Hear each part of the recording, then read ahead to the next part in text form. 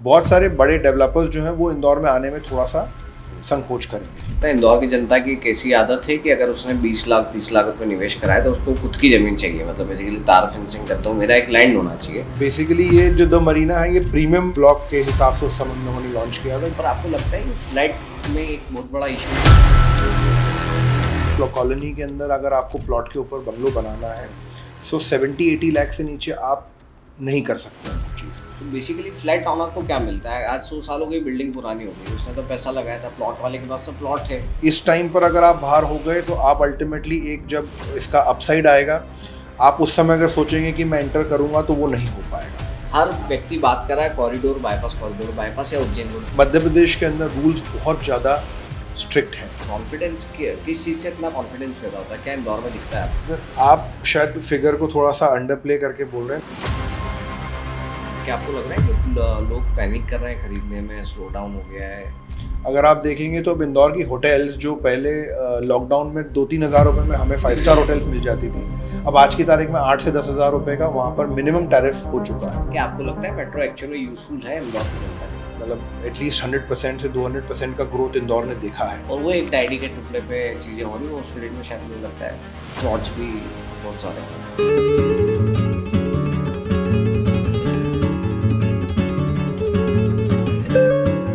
आज हम इंदौर के जवेरी ग्रुप के डायरेक्टर कुणाल जवेरी जी से बात करेंगे। जवेरी ग्रुप इंदौर में 1980 से अपनी सेवाएं दे रहा है और इंदौर की जनता को उन्होंने लाखों स्क्वायर फीट के प्रोजेक्ट्स उन्होंने डिलीवर करें। तो आज हम बात करेंगे कुणाल जवेरी जी से इंदौर के रियल एस्टेट इनसाइट्स के बारे में, कैसा इंदौर का मार्केट है और कैसा निवेशकों के लिए जो भी एक अच्छी राय रहेगी, उस बातों पर हम आज बात करेंगे कुणाल जवेरी जी से। हेलो कुणाल जी। कुणाल जी, आप ये बताइए कि आप जवेरी ग्रुप की शुरुआत कैसे हुई, आप इस इंडस्ट्री में कैसे आए और आपका थोड़ा सा बेसिक बैकग्राउंड क्या है? हाय अनुभव। सो जवेरी ग्रुप पहले बेसिकली हम लोग सिल्वर का काम करते थे, सराफा में शॉप थी हम लोगों की, रिफाइनिंग का मेजरली काम था। उसके बाद अराउंड 40-42 ईयर्स पहले रियल एस्टेट में शिफ्ट हुए।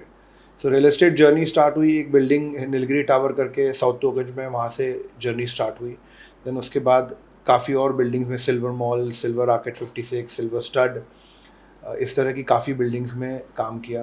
कुछ कॉलोनीज़ हैं अन्नपूर्णा में, सिल्वर ओक्स करके। सो ये पुराना रहा। फिर सिटी हार्ट करके जो एक 56 दुकान के सामने जो प्रोजेक्ट है जी उसमें भी हम लोगों का इन्वॉल्वमेंट रहा था। जी। So that was one project where I started my journey into real estate with. Unfortunately वो चीज़ें कुछ लीगल बैटल में उलझ गई। So that is where I started my journey. And then अब करंटली हम लोग काफ़ी कॉलोनीज़ के काम कर रहे हैं। सुपर कॉरिडोर में है, एयरपोर्ट एरिया पे है, राऊ में है, इंदौर बॉम्बे खलघाट हाईवे पर कॉलोनी है, बीजलपुर में कर रहे हैं। सो दिस तो इज जवेरी ग्रुप कितने लाख स्क्वायर फीट अगर हम टेंटेटिव माने तो इंदौर को डिलीवर कर चुका है? सो इंदौर को करीब करीब हम लोगों ने I think about 30-40 lakh foot mall deliver कर दिया है या अंडर डेवलपमेंट अभी चल रहा है। तो आप थे इस इंडस्ट्री में कि पहले आपके फादर, फिर उसके बाद आप आए ना? सो मेरे फादर थे इस इंडस्ट्री में पहले। So this is I am the second generation in this industry. अभी हम जहाँ पे बैठे हैं सिल्वर लेक विस्टा इसका नाम जी। है। तो बेसिकली यहाँ पे भी दो पार्ट है, मैंने देखा यहाँ पे शायद अभी हम जहाँ बैठे हैं वो द मरीना है और एक सिल्वर लेक विस्टा है। राइट। ये कब बिल्डिंग स्टार्ट हुई, कितने फ्लैट्स हैं, कितने स्क्वायर फीट का प्रोजेक्ट है ये? सो ये बिल्डिंग करीब 10 साल 8 से 10 साल हो गए इसको चालू हुए। And it has 270 apartments and करीब 5 लाख स्क्वायर फीट का ये प्रोजेक्ट है। सो बेसिकली ये जो द मरीना है ये प्रीमियम ब्लॉक के हिसाब से उस समय हम लोगों ने लॉन्च किया था, जिसके अंदर प्राइमरीली 3 BHK अपार्टमेंट्स हैं। And this is just facing the lake.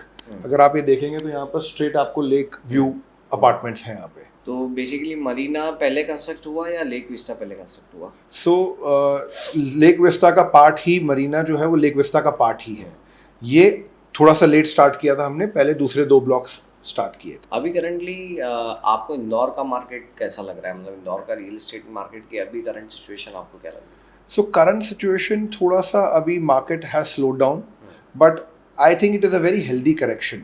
एक जो वन साइडेड एक अप चल रहा था, सुबह शाम डिफरेंट रेट्स की हम बातें करने लग गए थे, which was not very healthy. So अब मुझे लगता है this correction will definitely give it the cooling time, cooling period जो एक रिक्वायरमेंट थी। जैसे शेयर बाजार में भी हम बात करते हैं कि एक तरफ जब हाई चलता है तो you need a correction. So I think this is a very healthy correction. Kunal ji, पिछले 4-5 सालों में इंदौर के प्रॉपर्टी के रेट्स में 50 से 60% तक का ग्रोथ देखा गया है। क्या आपको लगता है आने वाले 5 सालों में सेम उतना परसेंट का ग्रोथ देखा जाएगा? आप शायद फिगर को थोड़ा सा अंडर प्ले करके बोल रहे हैं। लास्ट 5 सालों में प्रॉपर्टी में ग्रोथ हैज़ बीन, मतलब एटलीस्ट 100% से 200% का ग्रोथ इंदौर ने देखा है। वेल, आई वुड से कि this kind of growth is not possible कि हमेशा इस तरह की ग्रोथ मिलती रहे, but definitely this is one of the best investment for anybody to do and to create generational wealth. So that ये investment तो हमेशा अच्छा ही रहेगा, ग्रोथ हमेशा मोर देन सिल्वर गोल्ड इन सबसे ग्रोथ अपने को ज़्यादा ही मिलेगी। तो इंदौर के मार्केट के लिए हर डेवलपर इतना कॉन्फिडेंट है कि ठीक है, अभी मार्केट स्लो चल रहा है बट आने वाले टाइम में काफ़ी अच्छा हो जाएगा, तो उसके पीछे क्या आप रीज़न है? उस कॉन्फिडेंस किस चीज़ से इतना कॉन्फिडेंस पैदा होता है? क्या इंदौर में दिखता है आपको? सो सबसे इम्पॉर्टेंट चीज़ है, एक तो सेंट्रली लोकेटेड है। सो आफ्टर जीएसटी तो एक बहुत बड़ा इफेक्ट आ जाता है कि देयर इज़ नो बाउंड्री। सो एक सबसे बड़ा एडवांटेज इंदौर के लिए एक वो हो जाता है। दूसरा, Indore being the biggest city in Madhya Pradesh, lot of migrants come from आजू बाजू के एरिया से, बहुत सारे लोग इंदौर आते हैं। सो इस कारण से भी इंदौर का ग्रोथ बहुत होता है। इंदौर में अभी कई लोगों को ऐसा लग रहा है, क्या आपको लग रहा है कि लोग पैनिक कर रहे हैं खरीदने में, स्लो डाउन हो गया है? तो जो लोग पैनिक कर रहे हैं, क्या उनको पैनिक करना चाहिए या रुकना चाहिए या पैनिक नहीं करना चाहिए? सो थोड़ा स्लो डाउन ज़रूर हुआ है, बट जैसा मैंने बोला आपको कि it is a healthy correction जो मार्केट देख रहा है। बिकॉज एक तरफ जो चल रहा था, सुबह शाम हम लोग नए रेट्स की बातें कर रहे थे, वो सब चीज़ें अब अल्टीमेटली थोड़ी सी कूल डाउन हुई हैं। And people should not panic. जिसको अगर एंड यूज़र है तो उसे लेना है, they will definitely buy. And prices ऐसा नहीं है कि कोई बहुत ज़्यादा इसमें कोई बहुत वेरिएशन आ जाएगा। I have not seen prices go down in any project as such. खाली जो स्पेकुलेटिव प्रोजेक्ट्स थे जिसके अंदर भाव ऊपर नीचे चल रहे थे, वहाँ पर खाली इफेक्ट आता है इसका। अगर आज किसी इन्वेस्टर या किसी बायर को या इंदौर के किसी जनता को भी भाई कहीं निवेश करना हो, तो हर व्यक्ति बात कर रहा है कॉरिडोर बाईपास या उज्जैन रोड, 3 जगह आप देखा जाए तो मेजरली उसका हाइप चल रहा है कॉरिडोर बाईपास उज्जैन। उसके अलावा कोई ऐसा लगता है कि आने वाले 10 साल के विजन के साथ, लॉन्ग टर्म के विजन के साथ, कौन सी आप ऐसी जगह मानते हैं कि यार यहाँ निवेश करना चाहिए? सो मैं बहुत बुलिश हूँ राऊ एरिया जो है, because basically Pithampur industrial area, government का भी उस पर बहुत थ्रस्ट है। गवर्नमेंट भी बहुत सारे प्लान्स ला रही है, इंडस्ट्रियल कॉरिडोर आ रहा है। सो एक वो एरिया मुझे हमेशा से बहुत पॉजिटिव लगता है, because that is a user based product. वहाँ पर इतने लेबर, इतनी जेंट्री रहती है कि अल्टीमेटली वहाँ पर यूज़र्स काफ़ी आते हैं। सो मैं उस एरिया के लिए काफ़ी बुलिश हूँ। क्या कुणाल जी, आपको लगता है कि लोग इंदौर में ट्रेंड चेंज हो रहा है? क्योंकि इंदौर में मुझे लगता है इंदौर की जनता की एक ऐसी आदत है कि अगर उसने 20 लाख 30 लाख रुपए निवेश करा है तो उसको खुद की ज़मीन चाहिए। मतलब बेसिकली तार फेंसिंग करता हूँ, मेरा एक लैंड होना चाहिए। और मैं फॉर एग्जांपल आज मैंने कोई लैंड खरीदा 50 लाख का, तो वो मैंने बच्चों के मतलब वो उसकी कोई लिमिट नहीं है। बेसिकली अगर वहाँ कंस्ट्रक्शन कर दिया, पुराना हो गया, तो लैंड मेरे बच्चों के मतलब जनरेशनल वो यूज़ आएगा। पर आपको लगता है कि फ्लैट में एक बहुत बड़ा इशू है? सो अनुभव अगर अपन बात करें अभी करंटली, तो अब लैंड प्राइसेस इतने हाई हो चुके हैं कि एक नॉर्मल किसी भी कॉलोनी के अंदर अगर आपको प्लॉट के ऊपर बंगलो बनाना है, सो 70-80 लाख से नीचे आप नहीं कर सकते हैं वो चीज़। So that is one big challenge जो अब हम आने वाले समय में देखने वाले हैं। एंड सेकेंडली, एक आजकल नया कॉन्सेप्ट चालू हुआ है कम्युनिटी लिविंग का। लोग चाहते हैं कि उनका एक अच्छा सा एम्बियंस हो, लोग आसपास अच्छे हो, एक फ्रेंड सर्कल बन जाता है, एक कुछ एक्टिविटीज़ रहती है जो अपार्टमेंट्स के अंदर काफ़ी एक्सटेंसिवली रहती हैं। इसीलिए लोग आजकल काफ़ी एक्सपेंसिव अपार्टमेंट्स, मतलब इवन इंदौर के अंदर 5-5, 6-6 करोड़ रुपए के अपार्टमेंट्स आने लग गए हैं। जैसे हम लोग भी अभी मनोरमागंज में एक जो सिल्वर वेदा करके प्रोजेक्ट कर रहे हैं, वी आर सेलिंग अपार्टमेंट्स जो 2.5-3 करोड़ की रेंज के अपार्टमेंट्स हैं, जिसमें लोगों का काफ़ी अच्छा इंटरेस्ट है। सो उस तरह से माइंडसेट अब लोगों का चेंज हो रहा है। जैसे अगर आप बॉम्बे देखेंगे, सो वहाँ पर बंगलो पॉसिबिलिटी है ही नहीं, बिकॉज लैंड प्राइसेस जैसे जैसे बढ़ते चले जाएंगे, ये कॉन्सेप्ट कि छोड़कर लोग शिफ्ट हो जाएंगे टुवर्ड्स अपार्टमेंट। एंड आई सी कि फ्यूचर में government will also change their policies. बहुत सारे FAR के चेंजेस ये लोग करेंगे। High rise vertical growth is जो अल्टीमेटली इंफ्रा जो ग्रोथ होगा वो वर्टिकल ज़्यादा होगा आने वाले समय में। अब जैसे कि मैंने बात करी जनरेशनल की बात की, तो फ्लैट में सिक्योरिटी, आज बेसिकली अगर फ्लैट कोई बिल्डिंग पुरानी हो जाती है, तो मैं भी जानना चाहता हूँ कि बेसिकली फ्लैट ऑनर को क्या मिलता है? आज 100 साल हो गई, बिल्डिंग पुरानी हो गई, उसने तो पैसा लगाया था, प्लॉट वाले के पास तो प्लॉट है, वेरी ट्रू। कंस्ट्रक्शन पूरा हो गया, तो बट बेसिकली फ्लैट वाले के पास क्या सिक्योरिटी रहती है, वो बताइए आप? सो यूजुअली अगर आप देखेंगे तो हम लोग तो हमारी रजिस्ट्री में मेंशन करते हैं, the flat owner is a proportional owner in the land also. So अगर जितना टोटल बिल्टअप बना हुआ है उस लैंड के ऊपर, every flat owner is a proportional owner in the land. कल मान लीजिए अगर ये बिल्डिंग को अगर अपन डिसमेंटल कर देते हैं, so this basically land becomes, ये 270 फ्लैट ओनर्स की ओनरशिप हो जाती है इस लैंड के ऊपर। तब या तो रीडेवलपमेंट में अगर जाते हैं या कुछ भी उस तरह का अपन नया डेवलपमेंट करते हैं, so they become a part owner of the land also. मतलब बेसिकली इसका ये जो भी लोग फ्लैट बाय करें, क्या उनको ये अपने हमको एक राय देना चाहिए कि आप ये जरूर उस रजिस्ट्री में पढ़िए कि क्या आपको राइट है इस लैंड में? ये ज़रूर, कई लोग ये करते हैं क्या कि राइट नहीं देते? मतलब फ्रैंकली हम लोग तो, हमारी हर रजिस्ट्री में ये चीज़ मेंशन होती है, तो हाँ। मुझे नहीं मालूम दूसरों में हाँ। क्या होता है, हाँ। बट एक बेसिक प्रिंसिपल है that they are owners of the land too. तो बेसिकली बट एक सिक्योरिटी का इशू तो यहाँ ख़त्म हो जाता है, बट जैसे कि फॉर एग्जांपल कोई बिल्डिंग है, बिल्डिंग डिसमेंटल हो गई है, अब उस लैंड को वापस डेवलप करना एक कहीं ना कहीं थोड़ा टास्क, आदमी आपको लगता है फ्लैट लेने में आदमी को ओवरऑल एक थोड़ा सा तो डर लगता है कि यार ज़मीन से घर होना चाहिए? इंदौर में डेफिनेटली लोगों को माइंडसेट है टुवर्ड्स रो हाउसेस उस तरह का, but that is also changing now. जैसे अगर आप बॉम्बे में भी देखेंगे, जो आप बता रहे हैं कि रीडेवलपमेंट कैसे होगा, सो बॉम्बे में भी आजकल जो पुरानी बिल्डिंग्स हैं, जो शायद जिनको 100 साल हो चुके हैं, वो सब अब रीडेवलपमेंट में जा रही हैं। सो उस समय कोई ना कोई डेवलपर आएगा जो इन सभी से नेगोशिएट करेगा, उन सबको उसी बिल्डिंग में या आजू बाजू में कहीं भी कुछ दूसरी स्पेस देगा।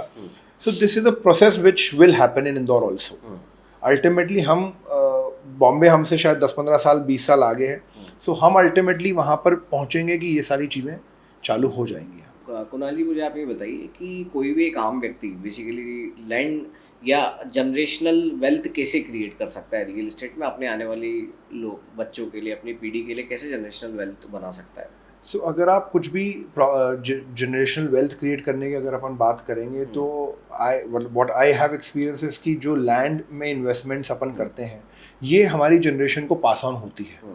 हम बाकी जो भी लिक्विड इन्वेस्टमेंट्स करते हैं, वो कहीं ना कहीं किसी न किसी स्टेज पर हम उसको यूज़ कर लेते हैं या कहीं और एक एक्सपेंस की तरह कहीं ना कहीं कर लेते हैं। But land is one thing which is a generational wealth that we are creating for our next generation, हम उनको पास ऑन करते हैं।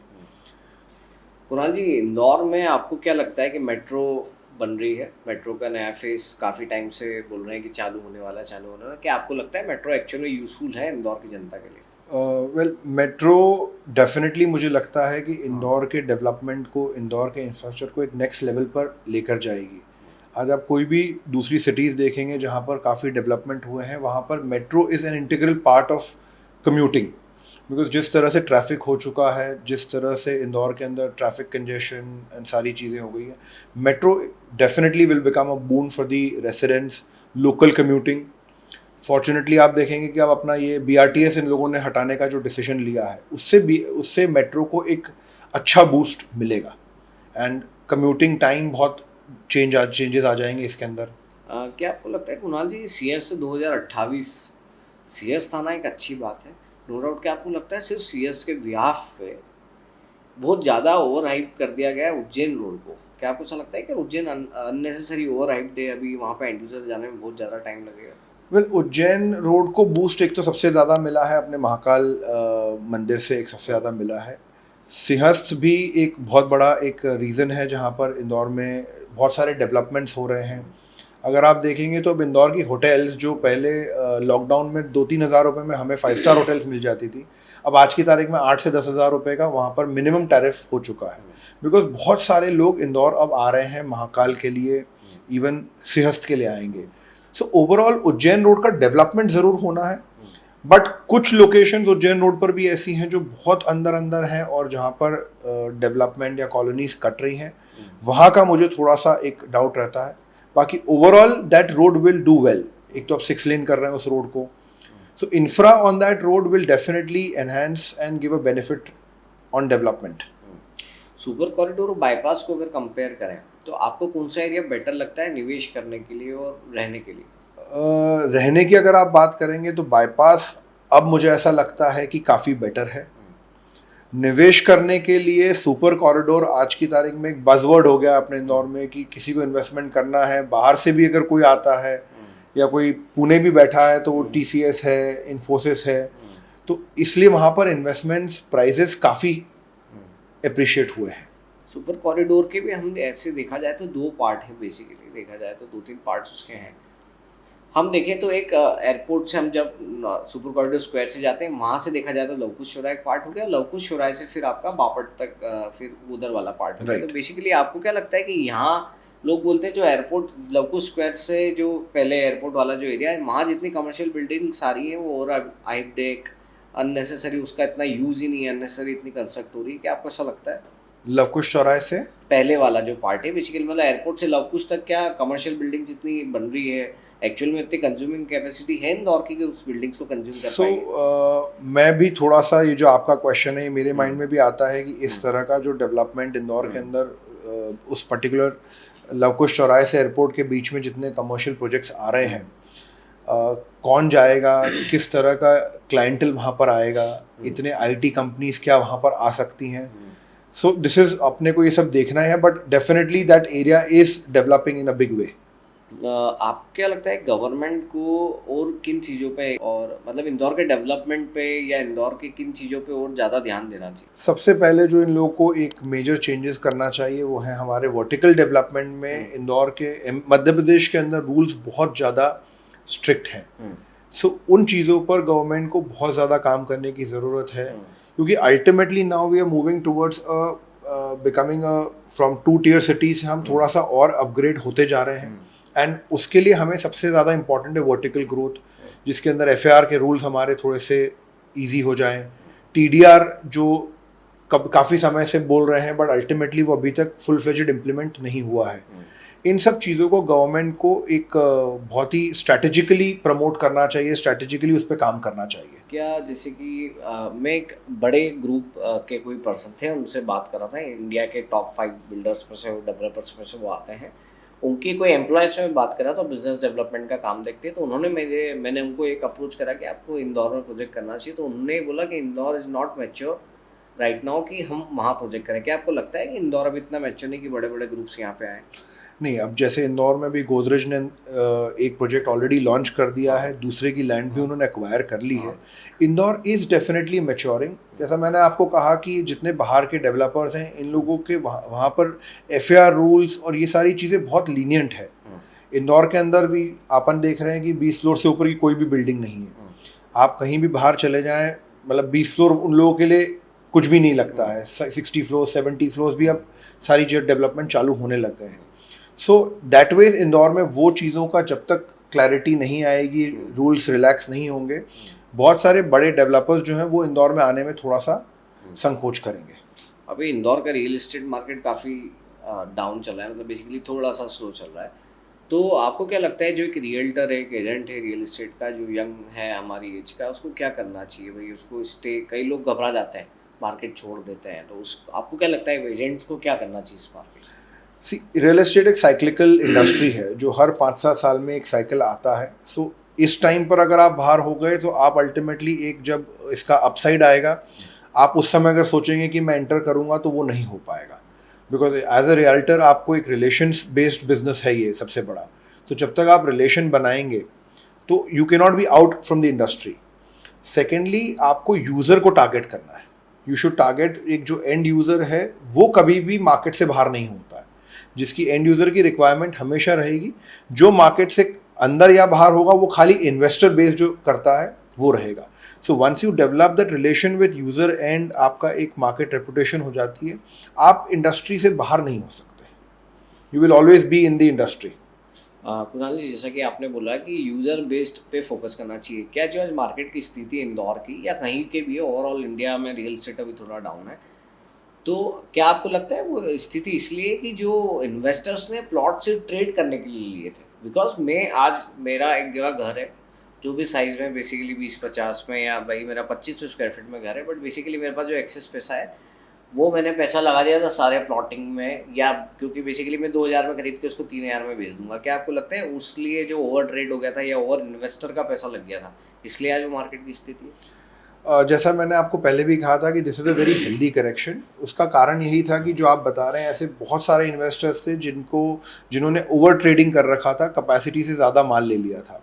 अब जब एज अ डेवलपर हम उनसे पेमेंट मांगने जाते हैं तो ऑब्वियसली उन लोगों के पास उतना फंड्स फ्री नहीं है या अवेलेबल नहीं है देने के लिए। सो दैट इज़ द रीज़न ये एक करेक्शन या एक थोड़ा सा मार्केट स्लो हुआ है। But I see this is a healthy correction so that लोगों को समझ में आ जाए कि हमें ये नहीं करना है। जिस तरीके से लोग बाज़ार बहुत अच्छा चलता है तो शेयर बाज़ार में ओवर इन्वेस्टमेंट कर देते हैं, फ्यूचर्स में काम करने लग जाते हैं, उस तरह से रियल एस्टेट में काम होने लग गया था। इंदौर एक बहुत ही यूनिक मार्केट है जहाँ पर जो अपन डायरी कॉन्सेप्ट पे बात करते हैं, इंदौर एक यूनिक मार्केट है जहाँ पर उस तरह से काम हो रहा था कि इन्वेस्टर्स का इतना ट्रस्ट है डेवलपर्स पे कि एक नॉर्मल डायरी पर भी वो प्लॉट के लिए पैसे दे देते हैं। तो ये सब चीज़ें थोड़ी सी कंट्रोल में आएंगी जैसे मार्केट थोड़ा सा डाउन होता है। हाँ, मुझे लगता है इस तेज़ी के पीरियड में जो तेज़ी पिछले 4-5 सालों में चल रही थी, मुझे ऐसा लगता है कि लोगों ने शायद बहुत अंदर-अंदर कॉलोनीज़ काट ली है, 5-5, 7-7, 8-8 किलोमीटर, जहाँ पे शायद सालों लग जाएँगे एंड यूज़र आने में, और वो एक डायरी के टुकड़े पे चीज़ें हो रही हैं। उस पीरियड में शायद मुझे लगता है फ्रॉड्स भी बहुत सारे हुए हैं एंड मुझे लगता है कि ये करेक्शन से वो बहुत सारी चीज़ें जो डेवलपर कहीं भी जाकर कॉलोनी काट रहे थे और वो माल बिक रहा था, अब इन्वेस्टर भी सोचेगा कि वो क्या ले रहा है।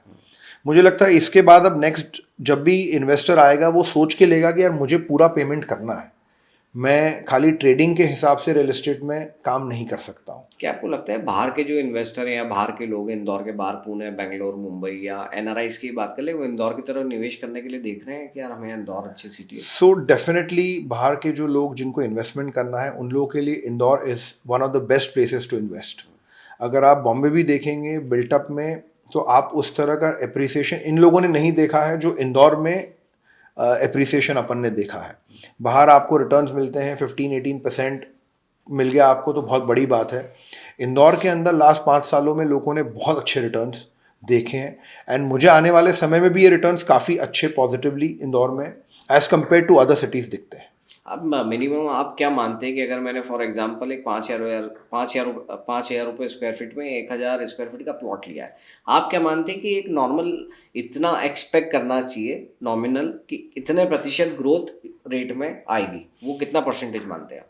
सो एक बेर मिनिमम जो एक क्राइटेरिया जिसके बेसिस पर मैं किसी को भी बोलूँगा इन्वेस्टमेंट करने के लिए इज़ एटलीस्ट 15% अपने को अप्रिसिएशन दिखना चाहिए तो अपन रियल एस्टेट में इन्वेस्ट करें। बिकॉज रियल एस्टेट में बहुत सारे चीज़ें plus and minus, legal issues developers के एंड पे, काम डीले होते हैं, बहुत सारी चीज़ें रहती हैं। सो एटलीस्ट हमें 15% रिटर्न दिखना चाहिए तब हमें इन्वेस्ट करना चाहिए।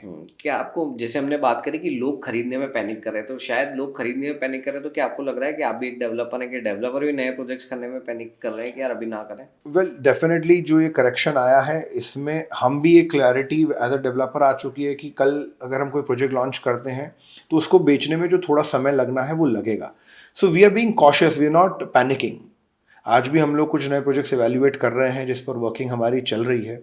सो there is no panic among developers, but yes I think everybody is cautious and which is very healthy. अगर मुंबई में देखा जाए, बेंगलोर, पुणे में देखा जाए, जो बड़ी सिटीज़ है, इंदौर को अब उनसे कंपेयर किया जा रहा है, क्या आपको लगता है कि हमारे यहाँ पे जैसे फॉर प्लॉटिंग प्रोजेक्ट्स भी हो गए या फ्लैट्स के प्रोजेक्ट्स हो गए, एमिनिटीज़ पे कम ध्यान दिया जाता है, सेलेबल एरिया कितना ज़्यादा निकल रहा है, कितना ज़्यादा पैसा आ सकता है, डेवलपर वो ध्यान देता है? क्या आपको ऐसा लगता है? सो अब आप जो एक मार्केट जो डायनामिक्स चेंज हो रहे हैं नाउ, डेवलपर्स इवन बिल्डिंग की बात करें या कॉलोनीज़ की बात करें, सो बहुत सारा अब हम लोग का फोकस एज डेवलपर्स शिफ्ट हो चुका है एमिनिटीज़ की तरफ। जैसे एक अभी आपको बताया सिल्वर काउंटी कोर्टयार्ड हमारा एक प्रोजेक्ट हम लोग लॉन्च कर रहे हैं जिसमें 18 मीटर और 12 मीटर्स की रोड्स हैं। हर प्लॉट के पीछे देयर इज़ अ गार्डन। सो उस तरह की एमिनिटीज़, उस तरह की फैसिलिटीज़, भले से प्लॉट एरिया कम निकला है उसमें हमारा, बट वी नो कि हमारा प्राइस एप्रिसिएशन उसके अंदर इतना आ जाएगा कि वो कवर हो जाएगा। एंड लोग भी वो चीज़ समझ रहे हैं। पीपल हैव अंडरस्टूड कि अगर हमें इस तरह से ज़्यादा बेटर प्रोडक्ट चाहिए तो थोड़ा सा प्राइस ज़्यादा देना पड़ेगा। So ultimately builder as well as the user is on a plus plus for this. India में कल्चर आ रहा है फ्रैक्शनल रियल एस्टेट का, बेसिकली मतलब आज मैं ये मानता हूँ कि इंदौर की जनता को, मैं स्पेसिफिक इंदौर की जनता की बात करूँगी, इंदौर की जनता को तो वही हमने जो बोला उसको आदत है कि मैंने 20 लाख रुपए दिए, 30 लाख रुपए दिए, तो मुझे मेरी ज़मीन का टुकड़ा फिजिकल देखना चाहिए। क्या आपको लगता है कि इंदौर की जनता क्या आपको लगता है इंदौर की जनता फ्रैक्शनल जो रियल एस्टेट आ रही है कि भाई मोबाइल पे खरीद लो, उस तरह की चीज़ें अभी समझ पाएगी? मैं पर्सनली मुझे नहीं लगता है कि ये बहुत कॉन्सेप्ट ऐसा है, बिकॉज लैंड अपने इंडिया में लैंड हमारे एक इमोशन से जुड़ी हुई है सभी के लिए। अगर घर की भी हम अगर बात करते हैं या हम एक लैंड में इन्वेस्टमेंट की बात करते हैं तो एक इमोशनल अटैचमेंट हमारा उस चीज़ से हो जाता है। सो मैं पर्सनली बहुत ज़्यादा पॉजिटिव नहीं हूँ इस तरह के फ्रैक्शनल इन्वेस्टमेंट में। बाकी फिर देन अल्टीमेटली उस तरह के रीट्स भी आते हैं, उस तरह के इन्वेस्टमेंट्स करने के लिए दूसरे ऑप्शंस भी बहुत ओपन हैं। कोई भी लैंड ओनर जॉइंट वेंचर करना चाहता हो किसी भी बिल्डर के साथ, तो उसको किन बातों का ध्यान रखना चाहिए? क्योंकि अगर जैसे फॉर एग्जांपल किसी का भी लैंड है, आज इंदौर में इतने रेट्स बढ़ चुके हैं, उसका लैंड ये 20 करोड़ 30 करोड़ से कम की, तो आजकल मुझे हिसाब से टेंटेटिव अगर बड़ा कोई ठीक प्रोजेक्ट आ रहा है तो उतनी उसकी लैंड कॉस्ट है। वो किसी बिल्डर के साथ जॉइंट वेंचर करता है, और जॉइंट वेंचर करना बेसिकली एक रिलेशन हो जाता है, एक पार्टनरशिप हो जाती है। भाई कोई भी प्रोजेक्ट 1-2 साल 3 साल में डिलीवर होगा, तो वो एक रिलेशन हो जाता है। अगर डेवलपर ने कुछ गलत करा तो लैंड ओनर परेशान भी हो सकता है। तो किन बातों का ध्यान लैंड ओनर को रखना चाहिए जेवी करते टाइम? जेवी करते टाइम लैंड सबसे पहले as a land owner they should take care कि वो किसके साथ कर रहे हैं।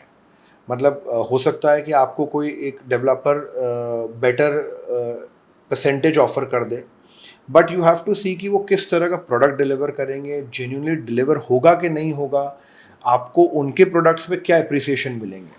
जैसे हम लोग देखते हैं कि अगर हम लोग कोई प्रोडक्ट लॉन्च कर रहे हैं तो हमें एक प्राइस ब्रांड के हिसाब से भी एक एक्स्ट्रा प्राइस मिल जाता है, so which also the land owner should consider. फिर देन सेकेंडली अगर अच्छे डेवलपर्स हैं, रेप्यूटेड डेवलपर्स हैं, so for them any project is their reputation also.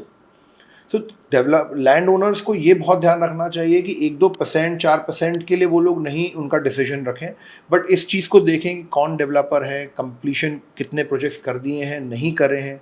Because ये ट्रेंड भी बहुत चालू हो गया है कि डेवलपर्स भी एक रेशो एग्रीमेंट कर कर चीज़ों को अटका लेते हैं, जिससे आगे अल्टीमेटली फार्मर्स की या जिनकी भी लैंड हैं वो फॉर दैट ड्यूरेशन होल्ड हो जाती हैं।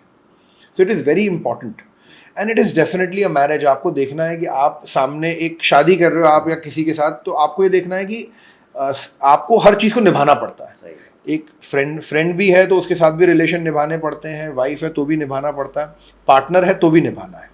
सो अल्टीमेटली एक बहुत ही कंड्यूसिव एनवायरनमेंट हो आप लोगों के आपस में, उस तरह का डेवलपर के साथ काम करना चाहिए आपको। इंदौर में ऐसे कई बड़े बड़े डेवलपर्स हैं जो फेक प्रॉमिस कर रहे हैं।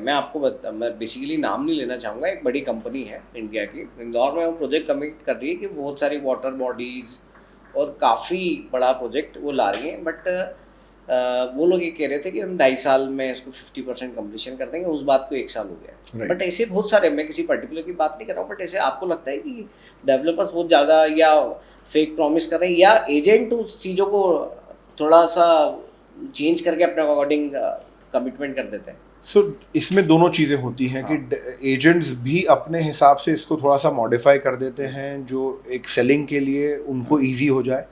तो ये भी एक इंदौर में ट्रेंड देखा गया है। दूसरा, अब ये जो ट्रेंड रहा है, मतलब मुझे जो लगता है कि अभी जो करेक्शन मार्केट में आया है, अगर डेवलपर कोई कमिटमेंट कर रहा है और उनके कमिटमेंट्स फुलफिल नहीं हुए हैं, सो ग्रेजुअली इन्वेस्टर्स यूजर्स उस डेवलपर के प्रोजेक्ट से दूर रहना चालू कर देंगे। जैसे आपसे बात हुई थी, RERA has definitely helped a lot because RERA बहुत माइन्यूटली एक एक चीज़ों को देखता है। सो रेरा के कारण आप देखेंगे कि इस पूरे एक अपसाइड जो मार्केट में रहा आज 4-5 साल में, हमने कोई भी बहुत ज़्यादा ऐसा नहीं सुना कि डेवलपर ने पैसे लेके काम नहीं करे हैं या कुछ चीज़ें नहीं करी हैं। सो ये सब चीज़ें ओवरऑल नाउ अब हमें जो कमिट कर रहे हैं, हम जो रेरा में हमारे डिटेल्स डाल रहे हैं, ब्रोशर में डाल रहे हैं, we will have to finish it, we will have to do that. Kunal ji, Indore airport से देखा जाए, इंदौर एयरपोर्ट से हाथोद जो यशवंत सागर वाला रोड है, उस रोड को आप किस तरीके से देखते हैं? क्या लगता है वहाँ एक्चुअली अभी लैंड्स जो है काफ़ी खाली पड़ी है, वहाँ प्रोजेक्ट्स नहीं आ पाए, तो इंदौर लगभग हर जगह से भरा चुका। उस एरिया को आप किस तरीके से देखते हैं? सो अगर हाथोद एरिया की आप लोग बात करते हैं तो हम लोग के पास एक काफ़ी बड़ा लैंड पार्सल वहाँ पर भी है, but so that is one upcoming area जो फ्यूचर में मुझे लगता है कि अब अगली जो एक अपसाइड आना है, एक उस बेल्ट में भी एक अच्छा अपसाइड आना है। क्या आपको लगता है वहाँ से जो इंदौर से जो उज्जैन का कॉरिडोर निकल रहा है वो उससे इम्पैक्ट करेगा? जो डेफिनेटली इम्पैक्ट करेगा because any connectivity, any road that is coming up will definitely help the infra in that area, development होगा उस एरिया में। एंड उज्जैन अब एक बहुत एक रिलीजियस टूरिज्म जो कि हम आजकल बात कर रहे हैं, इंडिया में एक बहुत बड़ी एक चीज़ जो चालू हुई है, रिलीजियस टूरिज्म की चालू हुई है। सो उज्जैन उसमें एक बहुत ही मेजर शेयर होल्डर हो चुका है। सो अल्टीमेटली उज्जैन की कनेक्टिविटी से अगर कोई भी चीज़ हम ला रहे हैं तो उससे उस एरिया का डेवलपमेंट, रियल एस्टेट डेवलपमेंट, सभी तरह के डेवलपमेंट्स होना है। आप सेकंड जनरेशन है इस रियल एस्टेट के बिजनेस में, आपके बच्चे थर्ड जनरेशन हो जाएंगे, तो आप किन बातों का, आज आप 44 ईयर्स के हैं, लगते नहीं हो आप, बट आप बेसिकली आप 44 ईयर्स के हैं, तो आप किन बातों का आपके बच्चों को चाहेंगे कि ये ध्यान रखें, या ये अभी से ये सब चीज़ें सीखें आने वाले बिजनेस के लिए, रियल एस्टेट के लिए? सो मैं कोशिश करता हूँ, मेरा सन 15 साल का है, सो मैं हमेशा उससे कुछ ना कुछ काम से रिलेटेड जो भी डिस्कशंस रहते हैं, मुझे नहीं जेन्युइनली मालूम वो कितना उस चीज़ों को ग्रैस्प कर पाता है, बट मैं उनके साथ ये सारे डिस्कशंस करता हूँ सो दैट उन लोगों को इन चीज़ों का एक फील आता रहे। रियल एस्टेट एक इंडस्ट्री बहुत पेशेंस वाली इंडस्ट्री है हम लोगों की, जिसमें ऐसा नहीं है कि आज आपने कोई चीज़ डिसाइड कर ली और कल सुबह उसको अपन ने कर लिया। अप्रूवल्स में ही हमें यहाँ पर साल 2 साल लग जाते हैं। 10 में से एक प्रोजेक्ट के अंदर कोई ना कोई ऐसी अनएक्सपेक्टेड इश्यूज आ जाते हैं जिनको हमने एंटिसिपेट ही नहीं किया था। So lot of patience is needed. जैसे मैं आपको एग्जांपल दूं कि मैंने जो मेरा प्रोजेक्ट चालू किया था मेरी लाइफ का, दैट वाज सिटी हार्ट, जो 56 दुकान के सामने है, जो आप वन सेंटर बोलते हैं उसको। सो मैंने मेरा करियर उससे स्टार्ट किया था, 98 की बात है, आई थिंक स्कूल में ही था तब मैं। 2 साल काम चला और अल्टीमेटली वो प्रोजेक्ट में लिटिगेशंस आ गए एंड 14 साल तक हम लोग उसके अंदर सुप्रीम कोर्ट तक उस केस को लड़े हैं और फिर हम जीते हैं, जबकि इसमें कहीं भी एज सच हमारा कोई गलती नहीं थी, सारे अप्रूवल्स थे। बट अब रियल एस्टेट में ये कुछ चीज़ें ऐसी हो जाती हैं कि आपको अल्टीमेटली बहुत पेशेंस रखना पड़ता है। सो आई टीच देम कि आपको भी बहुत पेशेंस रखना है, बी इनोवेटिव, कुछ ना कुछ आउट ऑफ द बॉक्स सोचना पड़ेगा, otherwise it is just gonna be a bread and butter thing. अगर आप सोचेंगे तो उससे ग्रोथ नहीं आ सकती है। कुछ आउट ऑफ द बॉक्स आप सोचेंगे तो शायद आपको एक नेक्स्ट लेवल जो जाना है, आपको इंडिया लेवल के कोई टॉप रियलेटर बनना है, so then you have to think out of the box. Government जो पॉलिसीज ला रही है, जैसे आपने बोला कि कुछ चीज़ें बीच में ऐसी आती है कि आप एक्सपेक्ट ही नहीं कर रहे हैं। जैसे हम अगर बात करें मध्य प्रदेश की, हम बात करें इंदौर की, तो मास्टर प्लान इंदौर का भाई कब से चल रहा है कि नेक्स्ट मास्टर प्लान आने वाला है, मास्टर प्लान आने वाला है। कई आती अहिल्यापत आया फॉर एग्जांपल, फिर अहिल्यापत को आपने बोला कि यार हम इसको वापस से, हम उधर साइड का लैंड एक्वायर करना भूल गए थे, फिर आपने कोई रोड्स आपने प्रपोज कर दी। अब बेसिकली डेवलपर तो उस प्रपोज रोड को मान के लैंड खरीद लेता है, या लोग परचेज कर लेते हैं कि यार चलो यार आएगा। आपको नहीं लगता है बहुत बड़ा कंफ्यूजिंग हो जाता है कई बार, और लोग कंफ्यूज हो जाते हैं, प्रॉपर चीज़ें डेवलपमेंट ही नहीं हो पा रहा है? सो अगर आप, जैसे अभी मैंने आपको बताया कि कुछ आप अनएक्सपेक्टेड चीज़ें हो जाती है। हाँ। सो हम लोगों ने एक लैंड एक्वायर की थी नैनोद में, हाँ जिसका अप्रूवल प्रोसेस में था हमारा, एंड इन दैट ड्यूरेशन अहिल्यापत को लॉन्च कर दिया उस पर।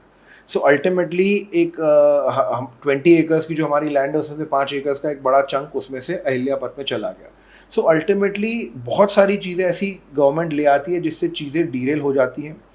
अहिल्यापत बहुत ही अनप्लान्ड तरीके से, बहुत ही हड़बड़ी में इन लोगों ने लॉन्च किया था। जहाँ जहाँ भी लॉन्च किया है वहाँ पर ऑलरेडी या तो कॉलोनीज़ हैं या बीच बीच में बहुत लोगों के पास अप्रूवल्स हैं।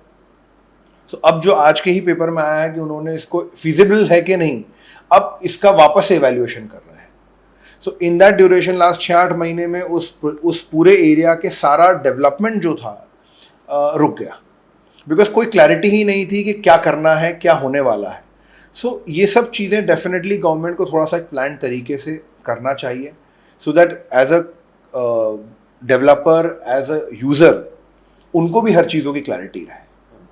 जैसे उसी रोड की बात करें, आपने बताया कि नैनोद में आपका लैंड था, बेसिकली वहाँ से इकोनॉमिक कॉरिडोर निकलने वाला है जो एयरपोर्ट से पीथमपुर को कनेक्ट करेगा, बट सालों से वो निकल नहीं वाला है, वो निकल ही नहीं पा रहा है। तो आपको क्या लगता है, ये डिलेज हो जाता है तो ये काफ़ी चीज़ें प्रॉब्लम है? मुझे ऐसा लगता है कि इकोनॉमिक कॉरिडोर आप बोल रहे बनाएंगे, अब उसके जब तक वो आएगा काफ़ी लोग कुछ कंस्ट्रक्ट कर लेते हैं, वहाँ पे कोई निर्माण हो जाते हैं, उसके बाद फिर आप एक्वायर नहीं कर पाओगे, काफ़ी इश्यूज आएंगे। तो ये डिले प्रोजेक्ट्स क्या लगता है आपको इम्पैक्ट करता है डेवलपर बायर दोनों को ही? देखिए, दोनों चीज़ें हैं इसके अंदर कि जो डीले होते हैं, गवर्नमेंट चाहे कितना भी प्लान कर ले, it is not easy to acquire land. आजकल लैंड पूलिंग एक्ट आ गया है, सो कोई भी चीज़ अक्वायर करना is also not very easy. As a developer, as a user अपन बात करें तो डेफिनेटली बहुत सारी चीज़ें, स्ट्रैटेजीज डीरेल हो जाती हैं। अगर मैंने सोचा एज अ डेवलपर कि मैं इस एरिया में लैंड ले लेता हूँ, इंडस्ट्रियल कॉरिडोर आने वाला है, इकोनॉमिक कॉरिडोर आने वाला है, बट पिछले 10 साल से हम खाली सुन ही रहे हैं कि ये आने वाला है।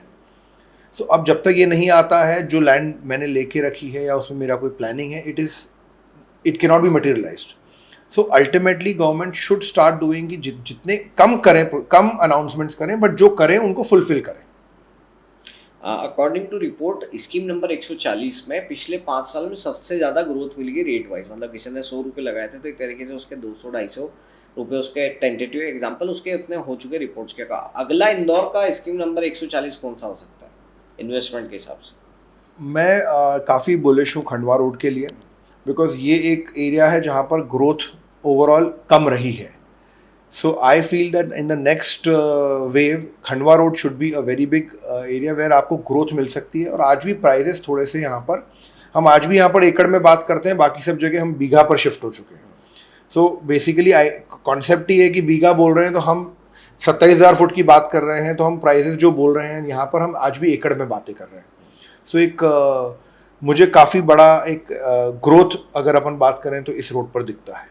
कुणाल जी, इंदौर उज्जैन रोड पर बड़े बड़े ब्रांड्स आ रहे हैं, बेसिकली गोदरेज का बहुत ज़्यादा हाइप हो गया है। बट अगर लोकेशन देखा जाए गोदरेज का, अगर मेरे घर से, हम एयरपोर्ट के वहाँ रहता हूँ, एयरपोर्ट से अगर मैं टेंटेटिव लोकेशन देखूँ तो 46 मिनट की दिन में एक डिस्टेंस आ रही थी कि 46 मिनट मुझे मेरी लोकेशन से जाना है गोदरेज की लोकेशन पर लगेंगे। क्या आपको लगता है अगर मैं एयरपोर्ट रहता हूँ, विजयनगर वाला, राजवाड़ा वाला या इंदौर के दूसरे एरिया वाला, सपना संगीता वाला, उसको तो 1.5 घंटा लगेगा, तो क्या आपको लगता है प्रैक्टिकली इतनी दूर आदमी गोदरेज के ब्रांड पे वहाँ रहने जाएगा आज से 3 साल बाद भी? सो अगेन गोदरेज का एक ब्रांड ऐसा है जिसके कारण बहुत सारे investors from all over the country are investing in that area. Pricing उन लोगों का बहुत ही मतलब एक एज अ डेवलपर मुझे लगता है कि एक मोटिवेशन है कि भाई इस तरह के प्राइजेस भी as a developer you can even quote. आज वो बाजू की कॉलोनी से डबल प्राइस वहाँ पर कोट कर रहे हैं। डेफिनेटली समय लगेगा वहाँ लोगों को जाके रहने में, बट जाएंगे ज़रूर लोग रहने। थोड़ा समय लगेगा, but it will develop. Ujjain road का फ्यूचर ओवरऑल काफ़ी अच्छा लगता है मुझे। और कुणाल जी, आप बताइए कि जवेरी ग्रुप ने सबसे ज़्यादा किस प्रोजेक्ट में लोगों को प्रॉफिट बुक करवाया, मतलब बेसिकली किस प्रोजेक्ट में आपके सबसे ज़्यादा लोगों ने कितना परसेंट, कितना पैसा बनाया? सो अभी अगर अपन लास्ट 4-5 सालों की बात करें तो राऊ में हमारी एक कॉलोनी है लैंडमार्क ग्रीन्स करके, जिसको हम लोगों ने आई थिंक अराउंड 2000 के आसपास लॉन्च किया था। एंड आज हमारे वहाँ पर रेट्स 5500 है। एंड ऑब्वियसली इन्वेस्टर्स ने 2000 भी पेमेंट दिया है इन installments. So they have genuinely made a lot of money in the last in all our projects. Investors have made a lot of money. Silver lake Vista में अभी हम बैठे हैं। Silver lake Vista में इसको आपने कितने में लॉन्च करा था, और आज अगर फ्लैट्स शायद ही अवेलेबल होंगे, बट कितने अप्रॉक्सीमेट क्या रेट होंगे? सो सिल्वर लेक विस्टा जब लॉन्च किया था, जिस प्राइस पर लॉन्च किया था, शायद मेरी कॉस्टिंग से भी कम में उस समय इनिशियली हम लोगों ने उसको लॉन्च किया था। If I remember correctly 1750 rupees में हम लोगों ने यहाँ पर फ्लैट लॉन्च किए थे, जो शायद मेरी डेवलपमेंट कंस्ट्रक्शन कॉस्ट से भी कम पे किया था हमने। And people have definitely made good returns on this also. क्या आपको ऐसा लगता है कि जो नए डेवलपर्स आते हैं या जिनका डेवलपर्स का बड़ा विजन नहीं रहता है, तो वो कॉस्ट कटिंग की अपन बात कर रहे थे, तो कॉस्ट कटिंग ज़्यादा करते हैं? क्या आपको लगता है ऐसा नहीं करना चाहिए, स्ट्रॉन्ग अच्छा डेवलपमेंट? मेरा एक बहुत क्लियर माइंडसेट है, कॉर्नर कटिंग नहीं करना है। उसमें आप मैक्सिमम 50 रुपये बचा पाएंगे आपकी डेवलपमेंट कॉस्ट में, या 100 रुपये आप बचा लेंगे। बट आप जब एक अच्छा प्रोडक्ट डिलीवर करेंगे तो अल्टीमेटली आप कस्टमर से वो चीज़ उससे 3 गुना ज़्यादा आप कस्टमर से वो डिमांड कर सकते हैं। And customer then willingly pays. अगर अच्छा प्रोडक्ट डिलीवर किया है, अच्छी चीज़ें लगाई हैं, कस्टमर उस चीज़ के पैसे अल्टीमेटली आपको 100% दे देता है।